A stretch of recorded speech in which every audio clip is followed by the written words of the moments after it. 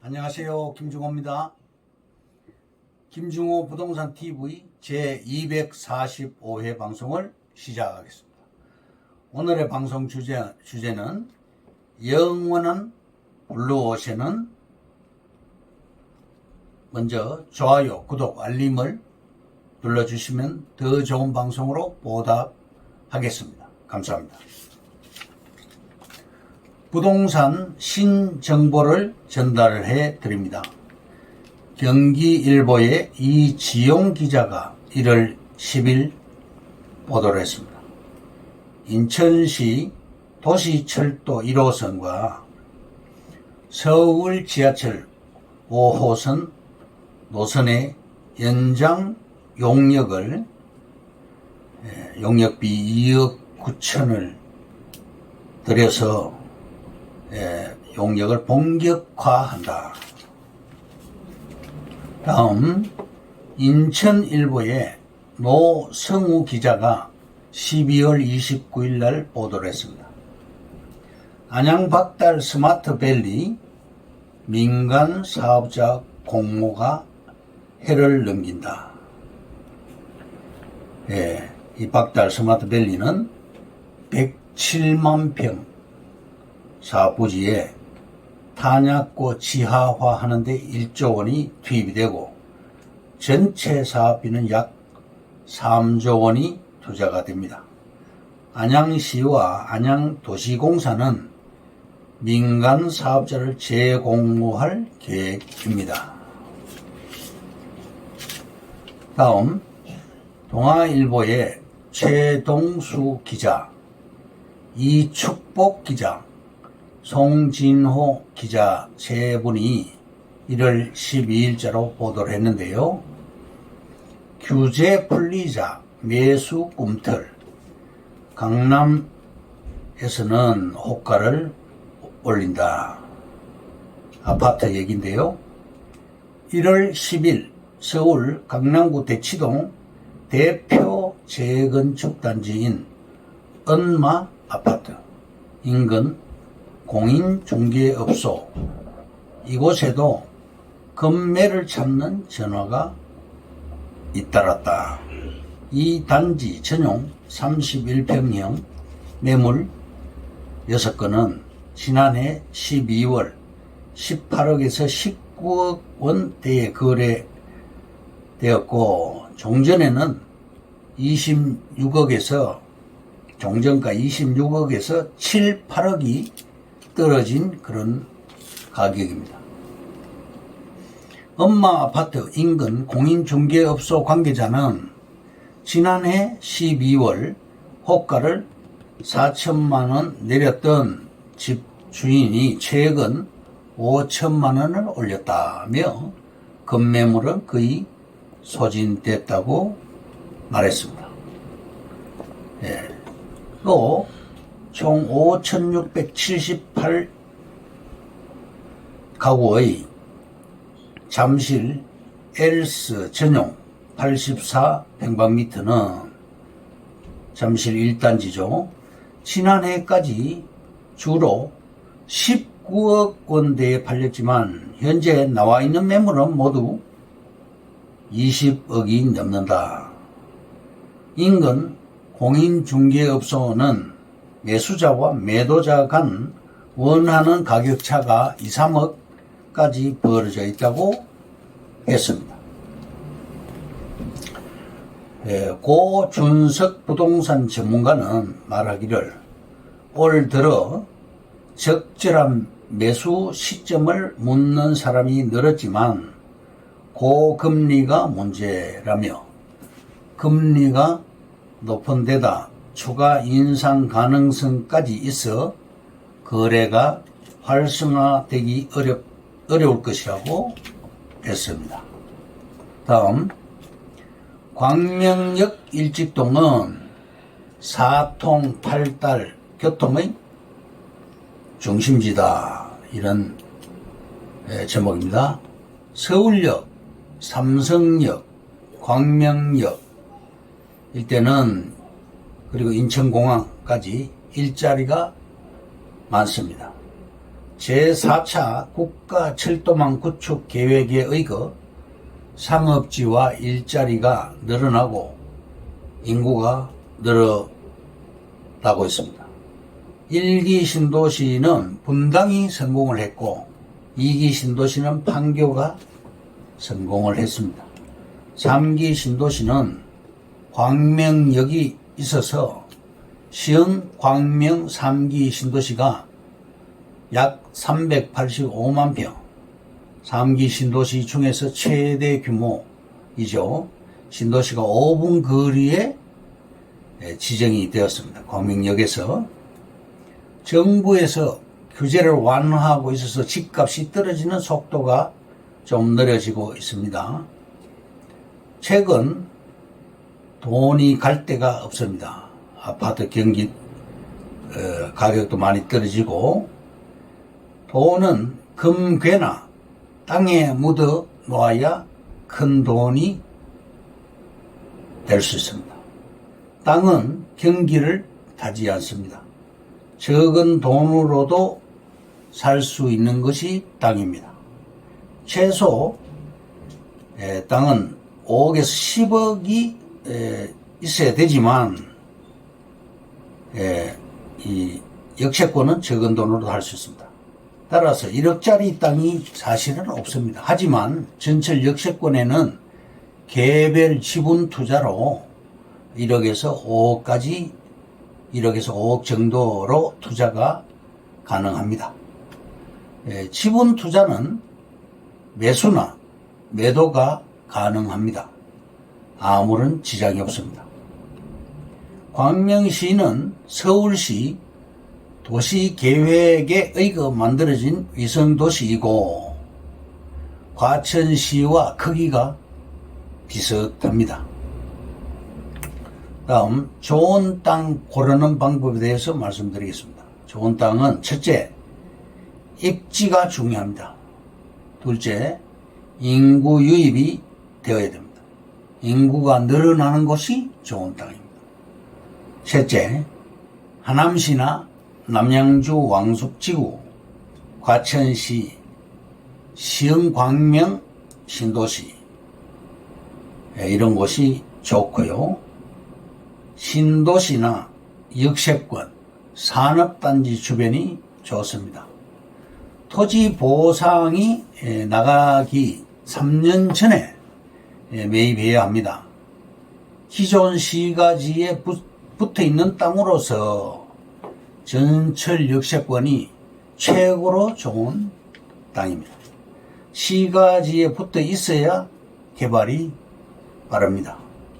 왕숙 신도시는 6만 가구 규모로 이미 보상이 완료 단계에 있습니다. 창릉 신도시는 약 5만 가구 규모고요. 시흥 광명 신도시는 최고로 큽니다. 7만 가구 규모의 제일 큰 신도시가 들어갑니다. 광명은 제2의 판교라고 할 수 있습니다. 광명 인구는 현재 약 30만 명 정도인데 앞으로 이 30만 명이 더 늘어나고 50에서 60만 대도시로 성장하게 됩니다. 향후 우리 땅 같은 경우 향후 복정동 카페 거리나 분당 정자동 카페 거리처럼 변할 것입니다.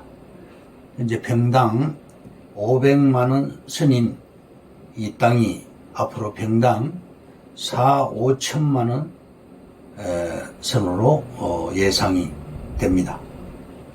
만약 5억 정도를 투자할 시 20억 정도가 예상이 됩니다. 오늘의 방송 주제죠. 영원한 블루오션은 어디냐? 무엇이냐? 1960년대 첫째, 1967년 11월 29일 날 부동산 투기 억제에 관한 특별 조치법이 발표가 되었습니다. 둘째, 50년간 투기와의 전쟁을 진행했지만 투기가 진화만 되어 버렸습니다. 잡지를 못했습니다. 셋째, 토지는 다양한 기법이 발전되고 고위층부터 중산층까지 이런 투자에 가담하게 되었습니다.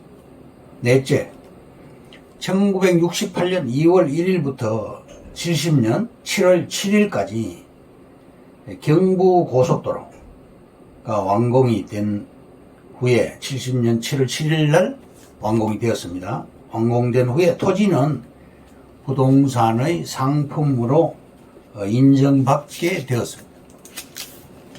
다섯 번째, 땅값 폭등의 시초는 1967년 11월 제3한강교인 한남대교가 완공된 후에 서초구 양재동 말죽거리 일대가 원조가 됩니다.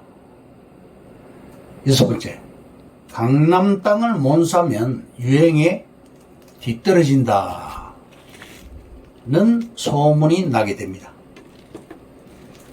그 당시만 해도 시골 땅인 말죽거리가 영동 개발 계획 발표 후 사재기하러 온 강북 투자자들로 북적거리게 되었습니다.